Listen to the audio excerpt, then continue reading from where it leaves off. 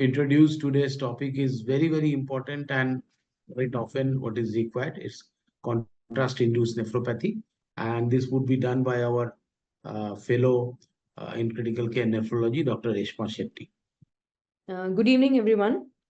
Our today's topic is about contrast-induced nephropathy. Okay.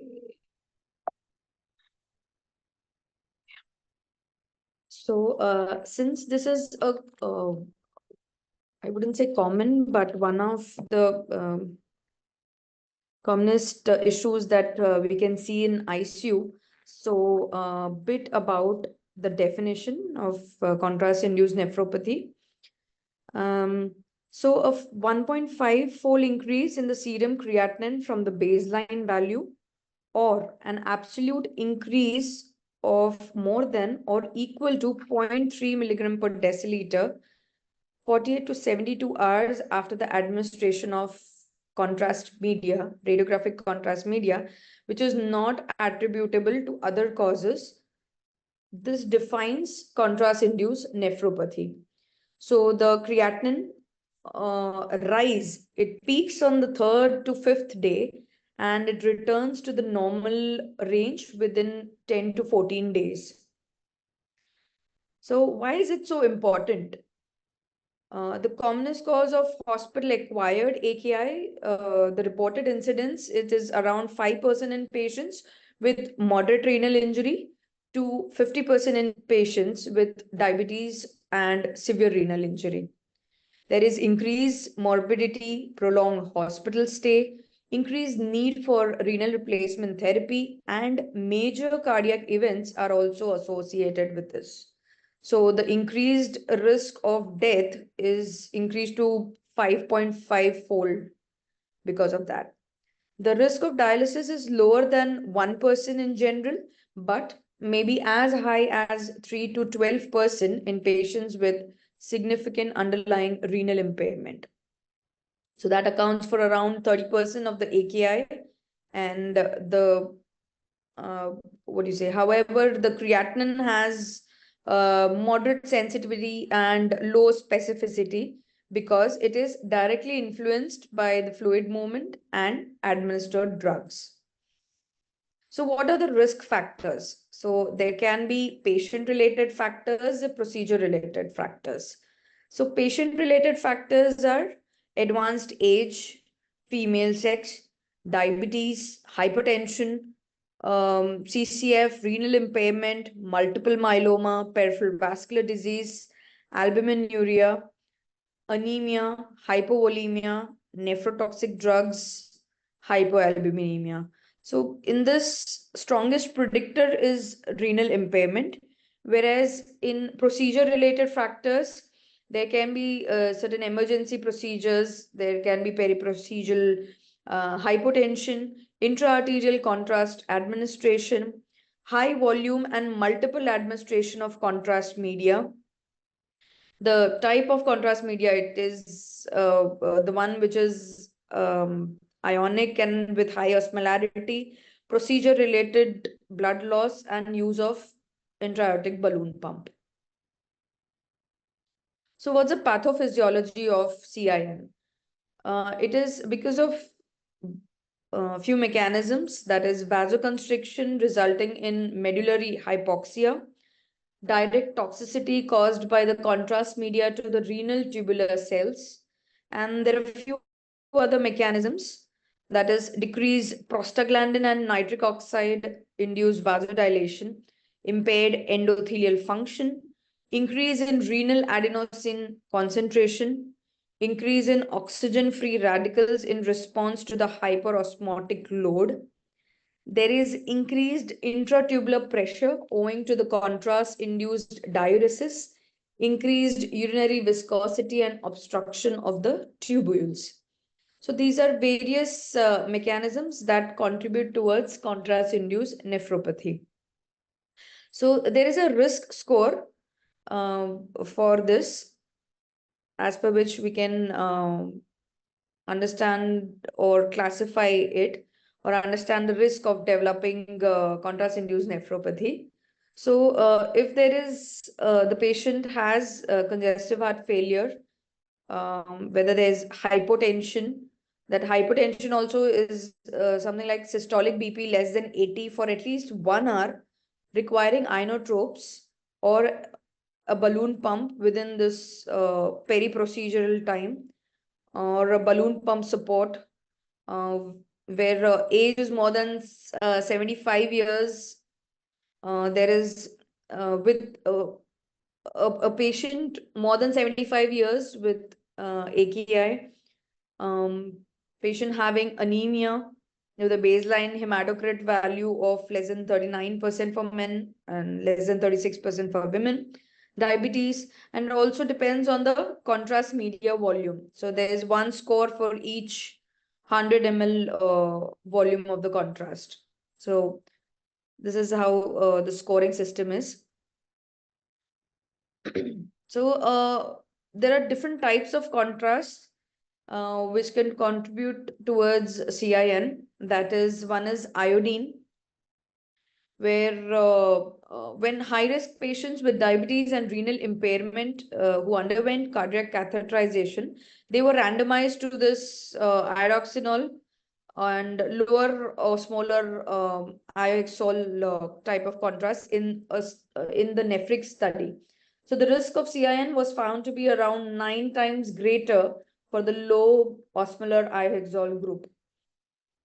There was this recover trial which is also reinforced that iodoxinol was associated with lower rates of CIN when compared to the low osmolar ioxol gate in patients with renal impairment.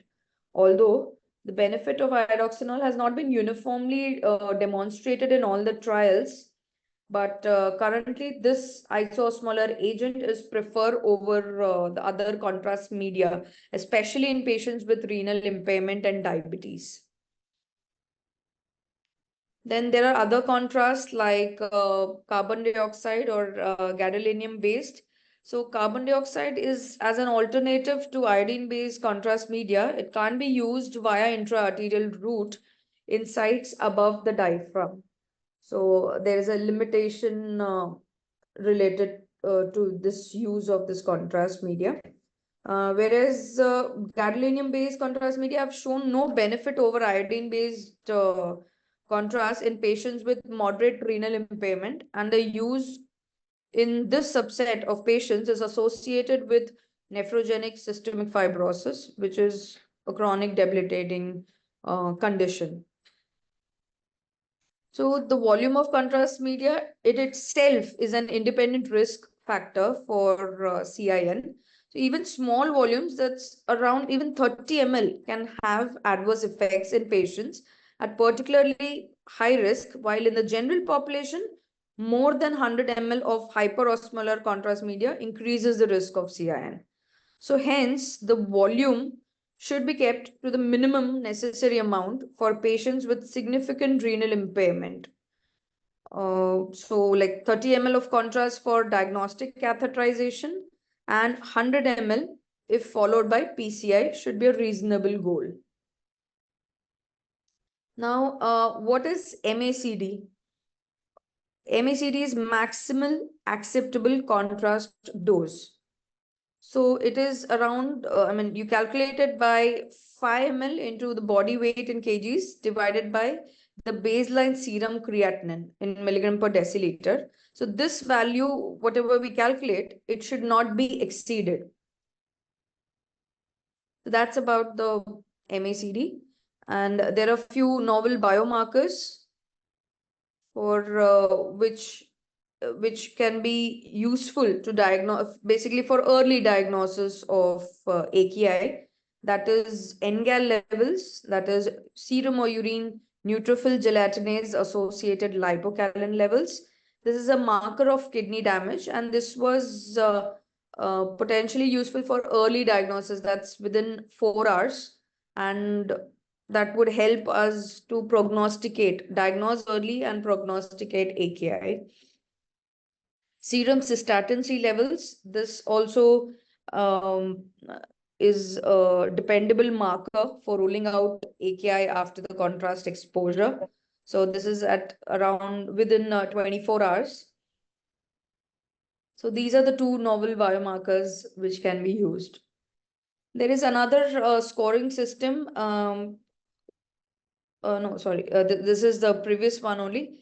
That based on the risk score system, we further divide it into low, moderate, high, or very high risk groups.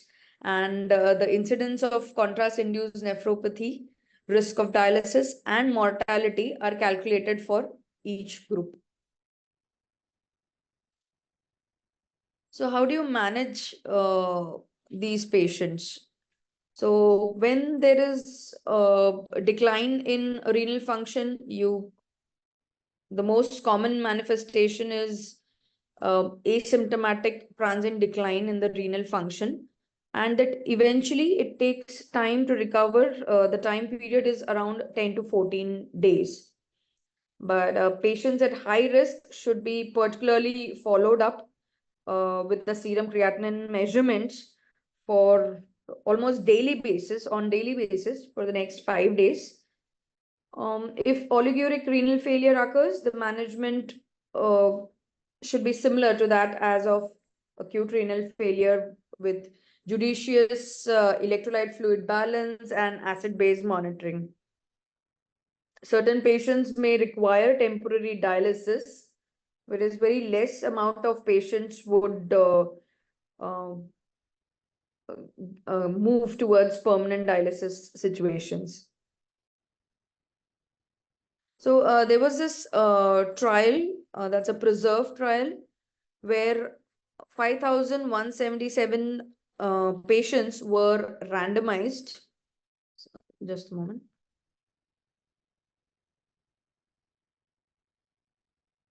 Can I just minimize this? Yeah. So who underwent coronary and non-coronary angiography, and they received oral acetylcysteine versus placebo, and intravenous isotonic bicarbonate versus saline. So patients with risk factors such as who had this stage 3B CKD or stage 3A CKD in the context of diabetes were included in this study. So in contrast to the prevalent consequences such as AKI, they focused on major adverse kidney events, which represented a composite and endpoint, that is of mortality, dialysis, or a persistent 50% increase in blood creatinine at 90 days. So the mean volumes of the contrast and crystalloid delivered was around 85 ml and 1 liter respectively. So the major endpoint that was experienced was 4.7% in the saline group compared to the 4.4% in the bicarbonate group. And that was a primary endpoint. But eventually the trial was stopped due to low probability of identifying a significant difference between these groups. So there was no difference between patients receiving acetylcysteine and those receiving the placebo in this trial.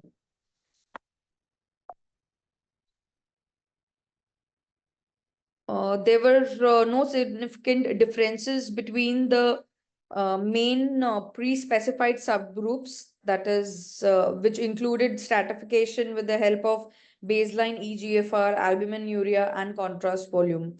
There were no variations which were seen in the rates of AKI, cardiovascular, or all-cause hospitalizations or adverse events.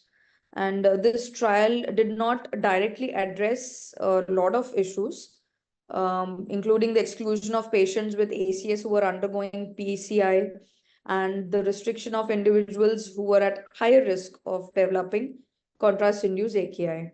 So overall, this study explained the potential benefits of the two therapies, thus addressing the shortfall in our understanding of these two approaches.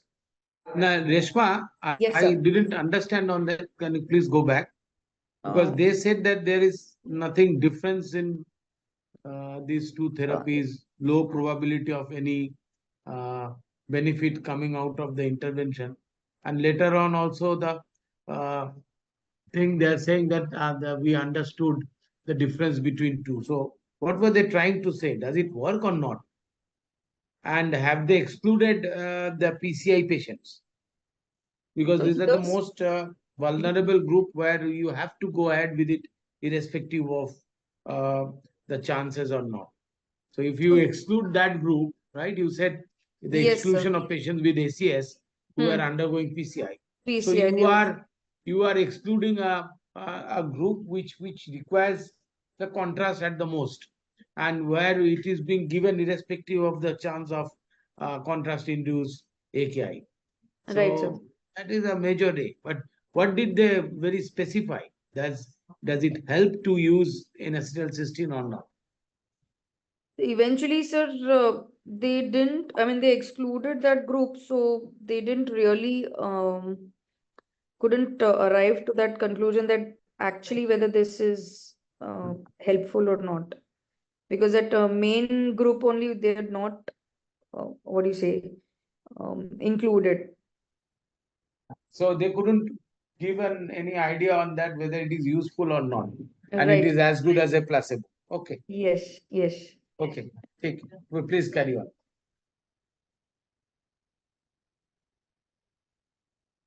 Sorry. There was another trial called the Amazing trial, which was a prospective randomized phase 3 trial for subjects who were at risk of CIN. There was this high risk patients in whom the eGFR was around 30 to 59 ml per minute per body surface area of 1.73 meters square over the age of 18. They were undergoing an elective procedure requiring the administration of iodinated contrast material, and they were randomly assigned to receive 0.9% NS or no prophylaxis. So patients with an eGFR of less than 30 ml per minute per 1.73 meters square or history of dialysis or no referral for intravenous hydration were excluded from this. So 660 patients were randomized to receive either intravenous hydration or no prophylaxis. So for around 307 of these 332 patients in the no prophylaxis group and 296 of the 328 patients in the intravenous hydration group, they followed up with the creatinine results in the span of 2 to 6 days. So what they observed is that 2.6% of the non-hydrated patients and 2.7 patients of the hydrated individuals developed contrast-induced nephropathy. So no hydration versus hydration had an absolute difference of just 0.1%. In comparison to the hydration part, there were no cost savings with respect to the non-hydration, but within 35 days, there were no deaths attributable to hemodialysis.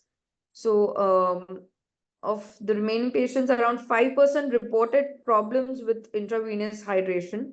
So, according to the current clinical practice, this trial found that no prophylaxis was non-inferior or cost saving in preventing CIN when compared with intravenous hydration.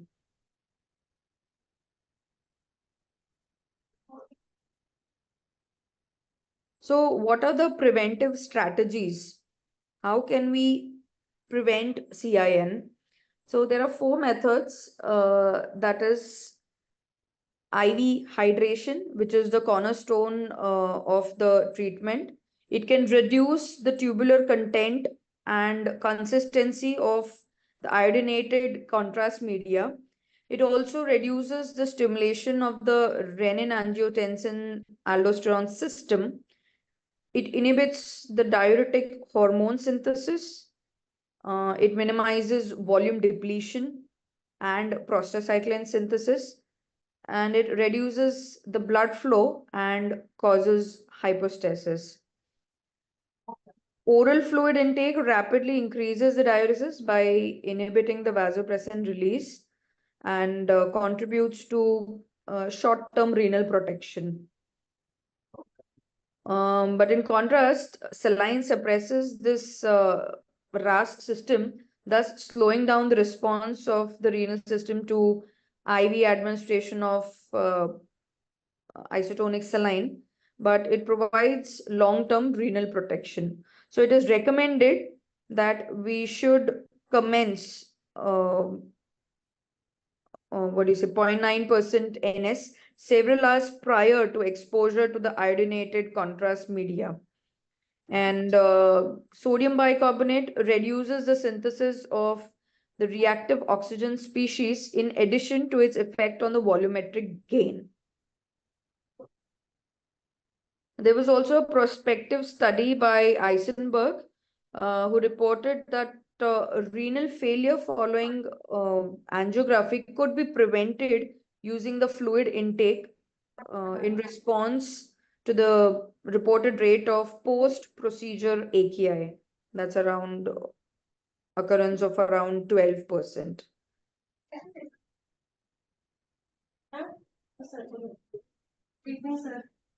So a bit about NAC.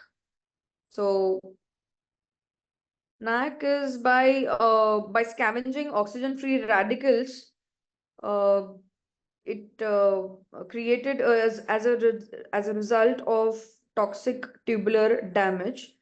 NAC has been suggested as a treatment to reduce the chance of developing CIN. Its ability to prevent the AKI is, however, debatable. There was a single center randomized study where NAC was given at a rate of 3 ml per kg per hour and then at a rate of 1 ml per kg per hour for the following 6 to 12 hours. And the other one was NAC as well as uh, normal saline was administered at a rate of 3 ml per kg per hour 2 hours prior to the procedure and at 1 ml per kg per hour during the process or during the procedure for the next following 6 to 12 hours. So this was the schedule that they followed. So then they found that NAC-based renal preventive strategies were superior at preventing CIN in patients whose renal function was already compromised. They also demonstrated limited efficacy of bicarbonate alone in preventing CIN, but in high-risk patients, concurrent prophylaxis should be advised, including an increased dosage of the same and to reduce the possibility of renal damage following the administration of contrast media. So that was about NAC. A bit about statins also. They had studied. That was particularly rosuvastatin that they had seen patients undergoing coronary angiography may benefit from atorva or rosuvastatin in terms of changes in serum creatinine of around 0.02 in the atorvastatin group versus 0.06 increase in the creatinine in the control group. So it was that they had noted there were minute variations in the blood creatinine readings, which do not fall under the definition of CIN and have no known clinical effects. So the CIN rate did not differ significantly across these groups. So eventually it was like both high and low dose statin medications were associated with a significant reduction in the risk of CIN when compared to a placebo. And the fourth is effects of remote ischemic conditioning. There was this single-blinded randomized trial that was conducted where 76 individuals at risk of CIN were given either hydration alone or remote ischemic preconditioning or hydration as a pre-treatment. So the primary outcome measured the difference in the serum creatinine pre-contrast and then 48 to 72 hours later. So there was no discernible impact on the main endpoint. It was observed that they had observed in 4 patients. So eventually remote ischemic preconditioning did not reduce the post-contrast serum creatinine levels in patients at risk of CIN when used in addition to normal precautions. And a bit about patients who are at high risk, the removal of the contrast agent by hemofiltration or hemodialysis immediately after the administration was suggested by Schindler.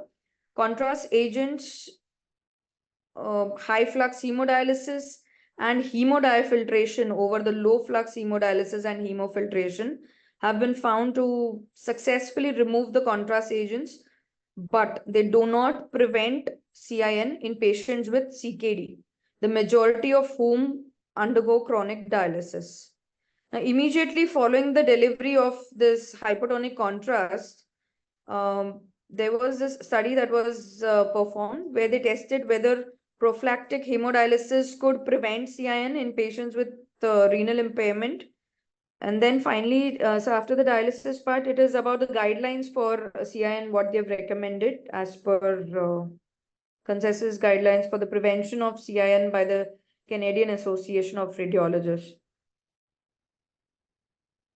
They say that serum creatinine is not a reliable measure of renal function, but rather the best method to reduce the incidence is the use of EGFR to assign the risk levels and apply the preventive activities. So they have come up with recommendations for these 3 subgroups, that is GFR less than 60, GFR between 30 to 60, and when the GFR is 30 and less. So GFR less than 60, there is this recommendation to avoid the contrast media whenever possible, to avoid nephrotoxic medications 48 hours prior to the administration of contrast media, to give low or isoosmolar contrast compared to using the high osmolar contrast media, to reduce the amount of the contrast used and avoid repeating the procedure within the next 72 hours, and to use NAC and avoid postponing the use of it. And the second subgroup is where the GFR is between 30 to 60. So they recommend that we should provide fluids orally or intravenously to avoid volume contraction for these patients, and to provide the GFR follow-up after 48 hours of administering the contrast media.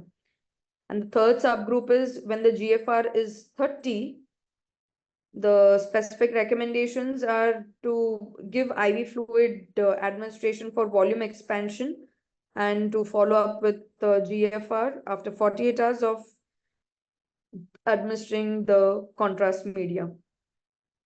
So according to the guidelines that were published by Contrast Media Safety Committee, only patients with an eGFR of less than 45 ml per minute per 1.73 square meter are at risk of CIN prior to the intravenous administration of iodinated contrast media.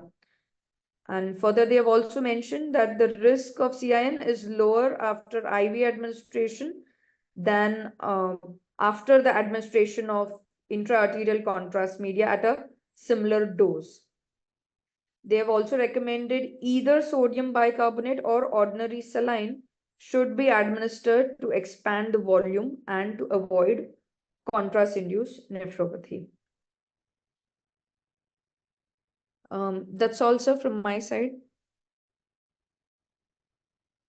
I will request Rushi sir to give a little bit of overview about it from the nephrology point of view, sir. Yeah, sure. Thanks, Arindam. So a very, very controversial topic, contrast nephropathy. I think mechanisms, pathogenesis, that is not, that is an area where there is a lot of agreement on as to how contrast hurts the kidney. Risk factors, I think those are also fairly standard. So, I mean, anybody with a low EGFR needing a contrast, dehydration states, any states where there is previous activation of the renin-angiotensin-aldosterone system, cardiac surgery, and obstructive jaundice. These are the most risky places, most risky patients for contrast nephropathy. The last one is myeloma and amyloidosis. Somehow these cases always seem to get a worsening of contrast injury, the worst cases. In terms of prevention, I think I agree with all the data you showed. Every data, I can show you other data that says that it is not helpful. So the only thing that is universally agreed is hydration and volume expansion, basically, and maybe sodium bicarbonate. NAC has believers and non-believers. A lot of therapies have been tried, tested, and thrown away. More of those than what are currently in use for contrast nephropathy. In terms of dialysis, uh, we just right now, yesterday we dialyzed somebody, right, with a creatinine of 5.8 who underwent a contrast procedure in our hospital. He's still admitted in the ICU. So what we did was we used the same principles as the one that you said, the Schneider one. That these things you need hemofiltration and not hemodialysis alone. What you need to remember, because the contrast behaves like a middle molecule when it comes to clearance. Still, the efficacy of these procedures remains doubtful because the bound versus unbound amount of contrast is impossible to kind of judge or guesstimate based on the available. There are no levels or something for us to check. The one thing I would like to mention, which is not there in the standard textbooks yet, is what is a delayed contrast toxicity. So when you speak of contrast injury to the kidney, there is something like a delayed contrast injury. And that behaves a lot like interstitial nephritis. So, one of our senior doctors, directors in Reliance, his elder brother, following a procedure, 6 weeks late. Yeah. Audible, not audible. Yes, sir. Continue. Audible. Sorry. Yeah.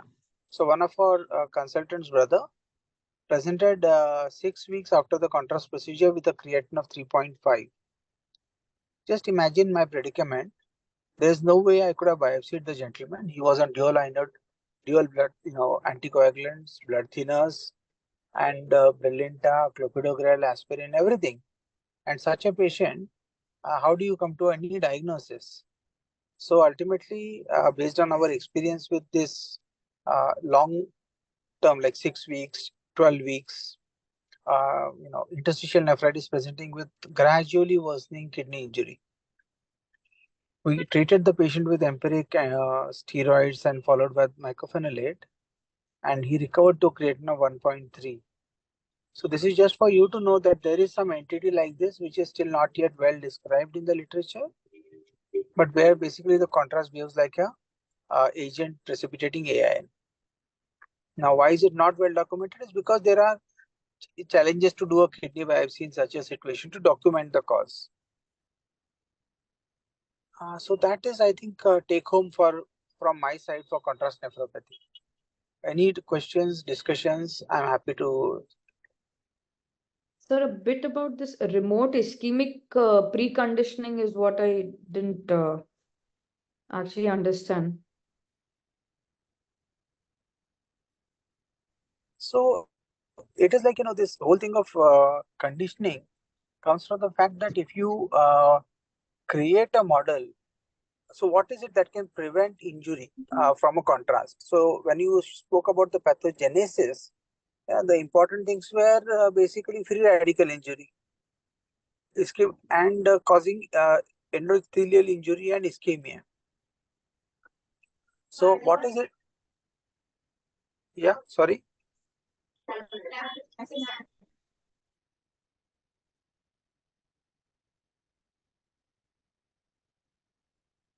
I think it's a nothing. So, what is it that can prevent against ischemic injury?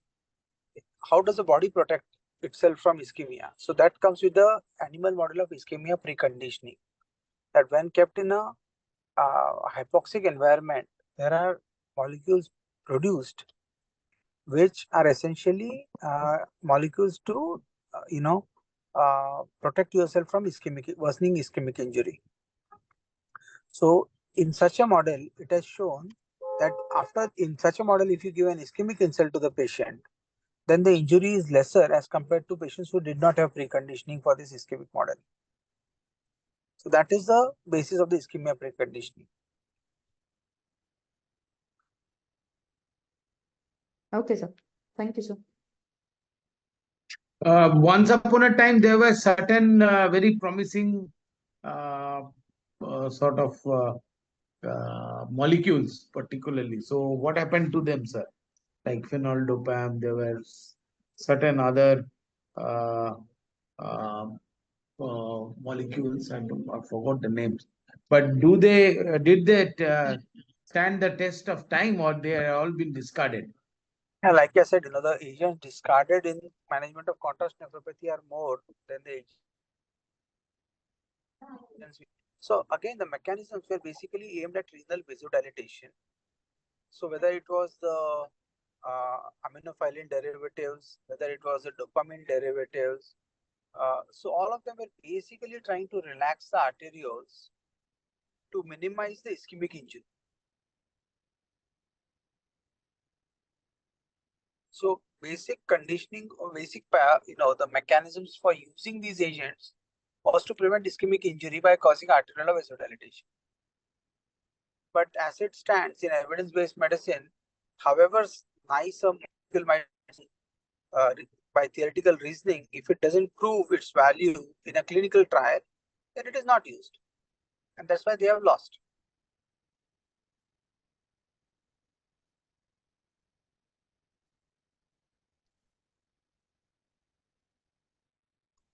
So, what should we do, sir?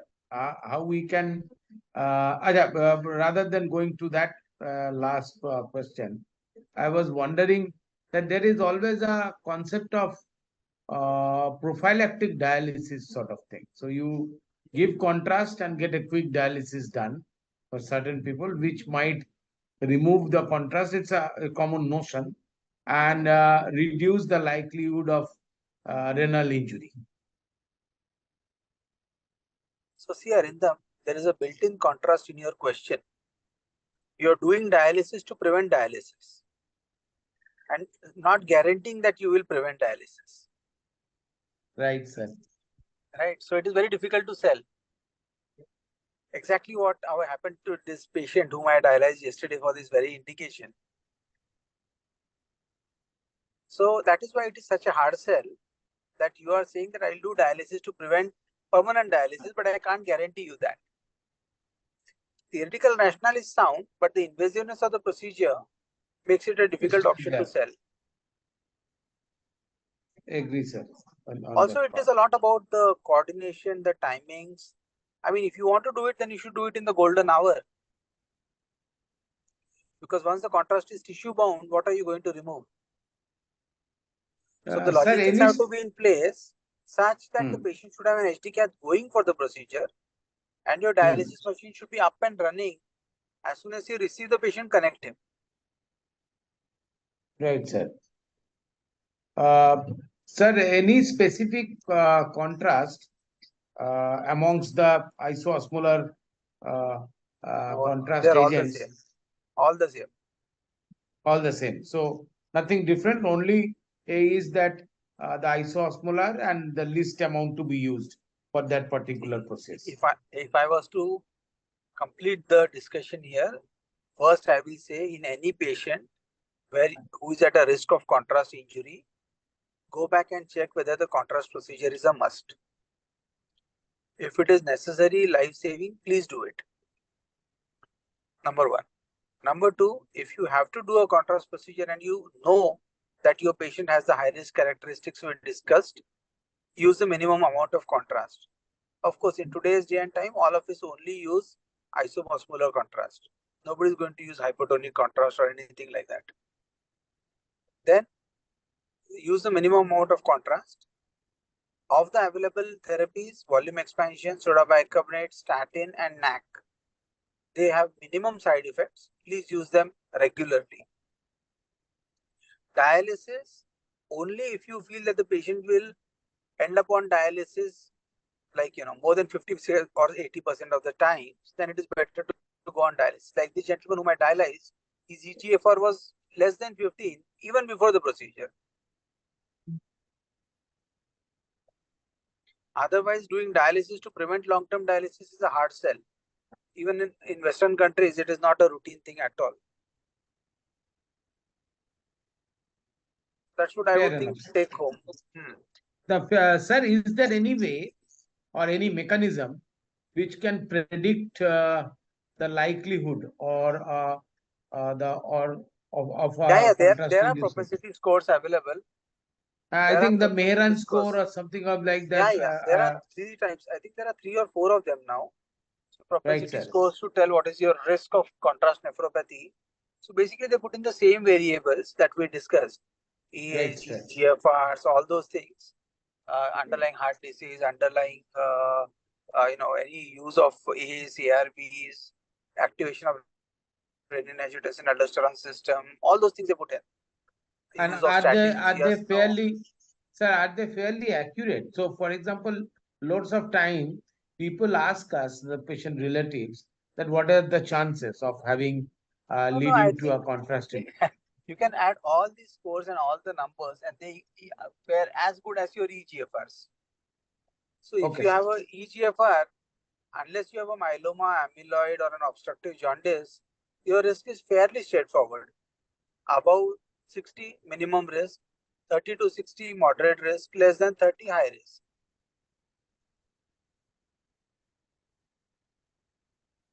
And also depending on the volume and the procedure that we're doing. More Yeah, complicated procedure, more volume of contrast, and obviously that adds up to the risk I itself. mean, Arindam, you Sir, and I have been practicing for a long enough time. Whenever they right, do sir. it, they'll always tell you we use minimum contrast, right? That's a no, sir. Mm. Yeah. We normally we try to track the actual volume, and the best way to track is to the bill, right? You can look into the bill on that part. That's one of the good way to track. Sir, any comment on, because Reshma spoke mostly on the iodine-based contrast, but I want you to comment on the MR contrast, which a lot of No, people are, no. and So the MR contrast gadolinium. is fairly safe. Second generation MR contrast doesn't have so much risk of NSF. So I think second generation MR contrast is fairly safe. The risk of NSF is very, very small. That too, if the EGFR is above 30, the risk is very minimal. The risk is fairly minimal. So I think unless the EGFR is like, in the less than 15 or patient is on dialysis, I'm concerned giving MR contrast. Patients on dialysis, I would rather give CT contrast and dialyze them first. Patients not yet on dialysis, you can give a second generation MR contrast and get away with it. So Fair enough. second So that generation MR contrast means the gadolinium based or Yeah, they are all something? gadolinium based, even first generation. But the second generation have this lesser of free radical injury. Oh. This NSF came into view because of that Johnson case. It was not such a common event even then. All these years in nephrology, I have not seen a case of NSF. And sir, so Not one case, huh? practice. Not Yes, even sir. one Please, case. please. So practically speaking, now the apprehension is not also about the case, but about a little bit of a long-term and permanent repercussion of the That is fibrosis what it itself. is, huh? NSF is such a strange disease. You don't know what causes it, etc., etc. So it is a very, very uncommon side effect. But because it has been labeled as a medical legal thing, we must write it down and take its signature. Fair enough, sir. So that is a nice. But I am more also intrigued on what you said. That is the delayed contrast, you say, because you Yeah. know that I personally have had a delayed hypersensitivity. Almost after 72 hours of getting on contrast, I developed an hypersensitivity. So can you please emphasize a little bit on the delayed CIN and how it happens? Yeah, What the so mechanism behind it? it is not a vascular injury. It is an immunological injury. The data is very sparse on that. It is not even described in standard textbooks yet. I have seen 7 or 8 cases so far, and 5 of them have responded to steroids to normalcy, and the other 2 or 3 we had partial responses. One patient was on dialysis and came off to a creat of less than 1.5. So it responds very nicely, but we should pick it up early and treat it. How do you ascribe it to the, sorry to interrupt, how do you ascribe it to the contrast if it is that It is delayed like and AIN. So interstitial nephritis we see with so many things. It's a drug acting as an hapten and stimulating and type 1 hypersensitivity. And then that graduates to type 3. So it presents more like a serum sickness, immune complex disease. See, whether it was methicillin, penicillin, all those things, no? The list is endless when it comes to immunologic injury from a drug. That's why I was trying to find out that is there any way that we can specifically ascribe or pinpoint that this is a contrast related and this is created an immunological. The point Because is, there would be few things against is number of cases will be less. Doing a biopsy in such cases to confirm a diagnosis of AIN is hard because of the anticoagulation. So we won't ever be able to ascribe a cause and effect to this. The fact that they responded to steroids to me means that it was immunologic in nature. Fair enough, sir. People can always argue that they could have had recovered with time alone. There's no way to prove or disprove. And there could be other confounders, there could be other Exactly. So there could be always people, without a biopsy, how much can you fight? You can't. Any other questions from the participants? Kesri, Pradeep, Ritika, and all others. Nanesh. Okay, so I will ask Reshma to summarize in 1 minute, and then we can. I would be sort of announcing next week. Next week we will have a very interesting session. We are trying to get someone who has went to the World Congress of Nephrology and certain aspects of nephrology which would be interesting to both the nephrology and critical care physician. What's new, what's the update? We're trying to get that. So next, we will announce it pretty soon, and also by next week we will announce the first international conference on critical care nephrology, which we will finalize the dates by next week and announce you. So somewhere in the month of August it would be. So and we also vouch for that we would be regular henceforth. We have had some issues, and now the Society Association of Critical Care Nephrology is being formed, and we also encourage you to join, take membership. The first 500 membership is complimentary. Also, if you enroll for the conference itself, again that will be also complimentary. So I would ask you, not only you all join, and also ask people who have keen interest on this unique subject to join the association.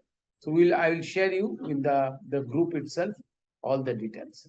So thank you, Dr. Reshma, and thank you, obviously, Dr. Rushi has left. Thank you, sir, for helping us with this important topic. And I will ask Reshma to gather all the information. Maybe we will have another repeat session sometime soon. Okay, Reshma? Yes, sir. Okay. Thank you. Good night and Thank see you, you sir. next Thursday.